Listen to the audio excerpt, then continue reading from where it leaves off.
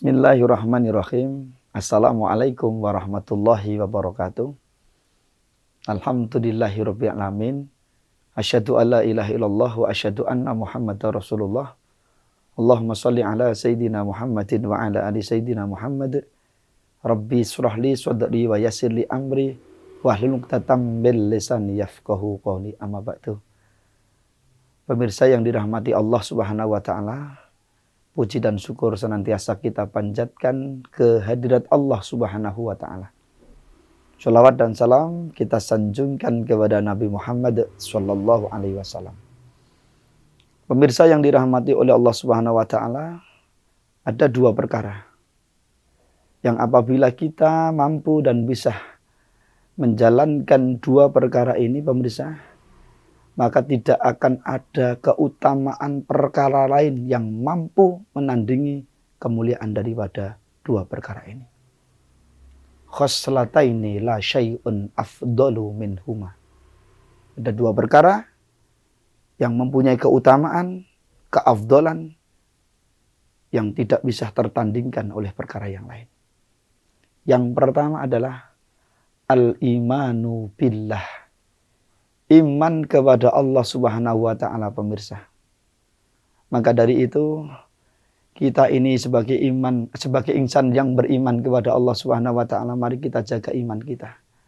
Saking pentingnya iman, pemirsa, sampai Allah Subhanahu wa taala berpesan wanti-wanti kepada kita dengan sebuah kalimat, wala tamutunna illa wa antum muslimun.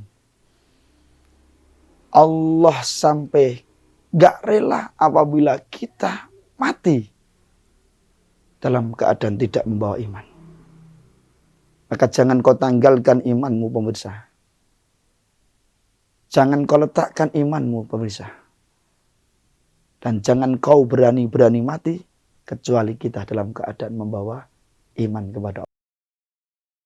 Pemirsa yang dirahmati oleh Allah Subhanahu wa taala, ada 4 perkara yang membuktikan kita ini sebagai orang-orang yang beriman kepada Allah Subhanahu wa taala. Yang pertama tentunya menjalankan perintah Allah dan menjauhi larangan Allah Subhanahu wa taala. Perintah Allah yang paling utama adalah salat. Maka dari itu, pemirsa yang dirahmati oleh Allah Subhanahu wa taala, pun ketika para sahabat bertanya kepada Rasulullah, "Ya Rasulullah, apa sih yang membedakan kami orang yang beriman dengan orang-orang yang tidak beriman?" Maka Rasul jawab apa? Pemirsa, lihat orang itu sehari semalam sholatnya berapa kali. Lihat orang itu sehari semalam berapa kali dia mundar-mandir pergi pulang ke masjid. Maka di situ kau akan tahu setebal, sejauh apa dan sekuat apa iman seseorang itu. Pemirsa yang dirahmati oleh Allah Subhanahu wa taala, maka sebagai bentuk wujud daripada iman kita yang pertama adalah jaga sholat kita. Karena kelak pun di akhirat, pemirsa, perkara yang pertama kali akan dihisab oleh Allah adalah sholat kita. Maka jangan main-main dengan sholat. Jangan pernah kau tinggalkan yang nama sholat, pemirsa. Ada sebuah kalimat yang begitu hebat. Sampai kau berani meninggalkan sholatmu. Di setiap rakaat yang kau tinggalkan, kau dibayar rupiah berapa. Sehingga kau berani meninggalkan sholat. Pemirsa yang dirahmati oleh Allah Subhanahu wa taala. Yang kedua adalah tanda-tanda orang yang beriman, yaitu syukur kepada Allah Subhanahu wa taala. La in syakartum la azidannakum wa la in kafartum inna adzabil lasyadid. Barang siapa bersyukur atas nikmat Allah, maka dia akan mendapatkan tambahan nikmat yang begitu banyak dari Allah Subhanahu wa taala. Namun jika kita tidak mau bersyukur kepada Allah, ingat pemirsa, siksanya Allah Subhanahu wa taala begitu pedih. Maka bersyukurlah atas nikmatnya Allah Subhanahu wa taala. Semua yang Allah berikan kepada kita, kita syukuri. Ingat, jangan sering melihat lain. Jangan sering melihat nikmat orang lain. Karena dengan sering melihat kenikmatan orang lain, dengan sering melihat kebahagiaan orang lain, hidup kita tidak akan tenang. Jika memang hidupmu kepengen tenang pemirsa, atau hidup kita kepengen tenang, syukuri apa yang Allah berikan kepada kita. Jangan sering melihat kebahagiaan orang lain. Karena apa pemirsa? Apa yang kau lihat kebahagiaan dari orang lain tidak seindah yang kau bayangkan. Yang ketiga, tanda-tanda orang yang beriman adalah sabar. Ya. Ingat, Allah telah berfirman terhadap orang-orang yang beriman kepada Allah, apakah akan aku biarkan begitu saja? Oh, tentu tidak. Allah akan tetap memberikan ujian dan cobaan bagi orang-orang yang beriman atas kesabarannya. Maka dari itu, yuk kita berusaha bersabar atas segala macam dan bentuk ujian dan cobaan dari Allah Subhanahu wa taala. Dan yang keempat, pemirsa yang dirahmati oleh Allah Subhanahu wa taala, tanda orang yang malu. Al-haya'u minal iman. Di zaman modern ini banyak di antara kita yang sudah urat malunya itu sudah hilang. Malu ada dua macam pemirsa. Yang pertama adalah malu kalau kita ini melakukan maksiat. Malu kalau kita ini berbuat dosa. Ini bagi orang yang normal. Dan yang kedua adalah kita malu kalau kita enggak beribadah kepada Allah Subhanahu wa taala.